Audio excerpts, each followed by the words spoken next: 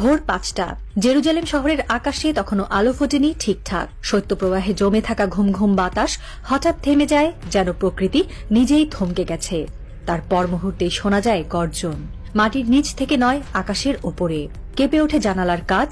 সকালের প্রার্থনার আগে মসজিদ ও সিনাগগের পাশে দাঁড়ানো মানুষগুলো ছুটে যায় বাংকারে। ইরান আবার আঘাত এনেছে। এবারের মতো ভয়াবহ আর কোনো দিন ছিল না এই যুদ্ধের ইতিহাসে। যদিও মিসাইলের সংখ্যা ছিল সীমিত, কিন্তু ধ্বংসের মাত্রা ছিল প্রচণ্ড। গাইডেড সিস্টেম, নতুন প্রজন্মের বিস্ফোরক প্রযুক্তি, নিখুঁত নিশানা, সব মিলিয়ে আজকের হামলায় যেন ইরান জানিয়ে দিল তারা যুদ্ধ করছে পোস্টার নয়, পজিশনের জন্য। যা নিয়ে সবচেয়ে বেশি আতঙ্ক ছড়িয়ে পড়েছে তা হল ইরান এখনও খোরেমশার বা ফাতাহ-2 মিসাইল মাঠে নামায়নি। খোরেমশার লিকুইড প্রোপেলড MRBM বহন করতে পারে একাধিক ওয়ারহেড। ফাতাহ-1 হাইপারসনিক ক্ষেপণাস্ত্র, ম্যাক 13 গতি, রেঞ্জ 1400 কিলোমিটার। ফাতাহ-2 আরও শক্তিশালী, আরও দূরপাল্লার। এই মিসাইলগুলো যুদ্ধের মোড় ঘুরিয়ে দিতে পারে, কিন্তু ইরান এখনো সেগুলো তুলে রাখছে ভবিষ্যতের জন্য। অর্থাৎ ইরান জানে যুদ্ধের শেষ অঙ্কে কিভাবে চেকমেট বলতে হয়। ম্যাক 13 গতির এই ক্ষেপণাস্ত্রগুলোর গতি এতটাই বেশি যে ইসরায়েলের আকাশ প্রতিরক্ষা ব্যবস্থা আয়রন ডোম বা ডেভিড স্লিং কোনটি সময়মতো প্রতিক্রিয়া জানাতে পারবে না। তাহলে ইরান সর্বশেষ অ্যাটাকে যা করল তা কি? তা ছিল কেবল রিহার্সাল। হ্যাঁ, যুদ্ধের আগের কড়া অনুশীলন। ইরান এখনো টেস্ট ম্যাচ খেলছে, শর্ট টার্ম নয়, লং গেমে যাচ্ছে তারা। আর এই লং গেমেই নষ্ট হচ্ছে নেতানিয়াহুর ঘরের রাজনীতি। ইরানের ক্ষয়ক্ষতির পরিমাণ সবসময় ছোট একটা পরিসংখ্যান মনে হলেও যুদ্ধের অঙ্ক ভিন্নভাবে কষতে হয়। ইসরায়েলের মোট জনসংখ্যা মাত্র 1 কোটির মতো, আর ইরানের প্রায় 10 কোটি।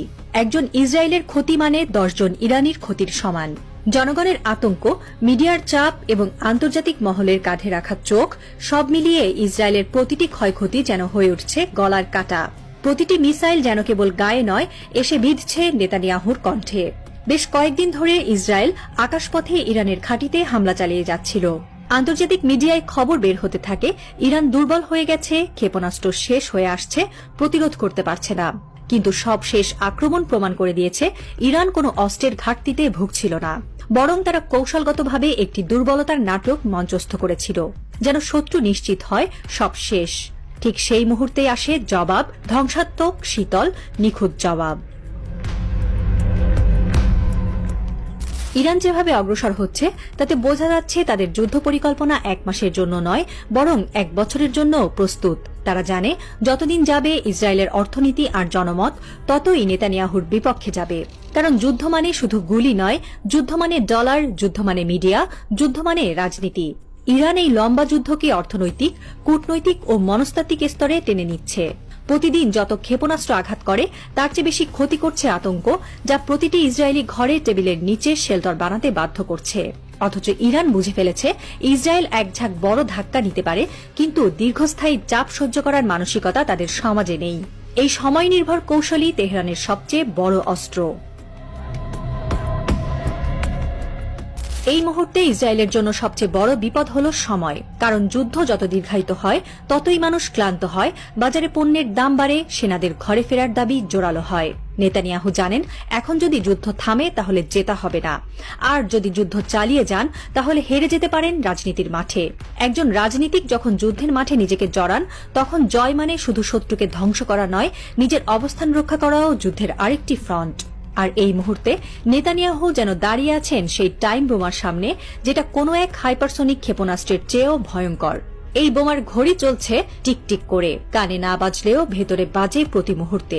কারণ এই টাইম বোমার সুইচ লুকিয়ে আছে 3 জায়গায়: জনগণের ধৈর্যে, মিডিয়ার বয়ানে আর অর্থনীতির উত্তাপে।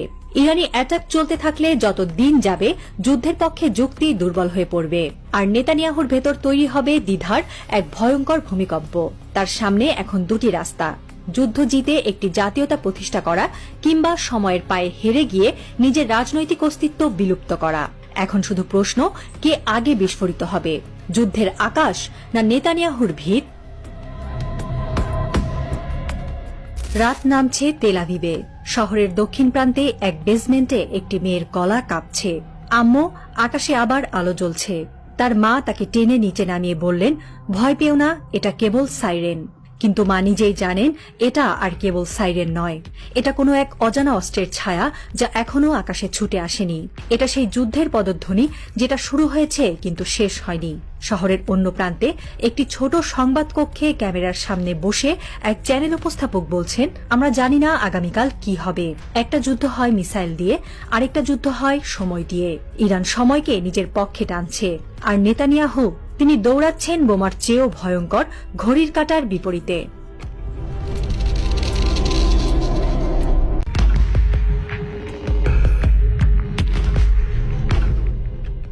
ভোর 5টা। জেরুজালেম শহরের আকাশে তখনও আলো ফোটেনি ঠিকঠাক। শৈত্যপ্রবাহে জমে থাকা ঘুম ঘুম বাতাস হঠাৎ থেমে যায়, যেন প্রকৃতি নিজেই থমকে গেছে। তার পর মুহূর্তেই শোনা যায় গর্জন, মাটির নিচ থেকে নয়, আকাশের ওপরে। কেঁপে ওঠে জানালার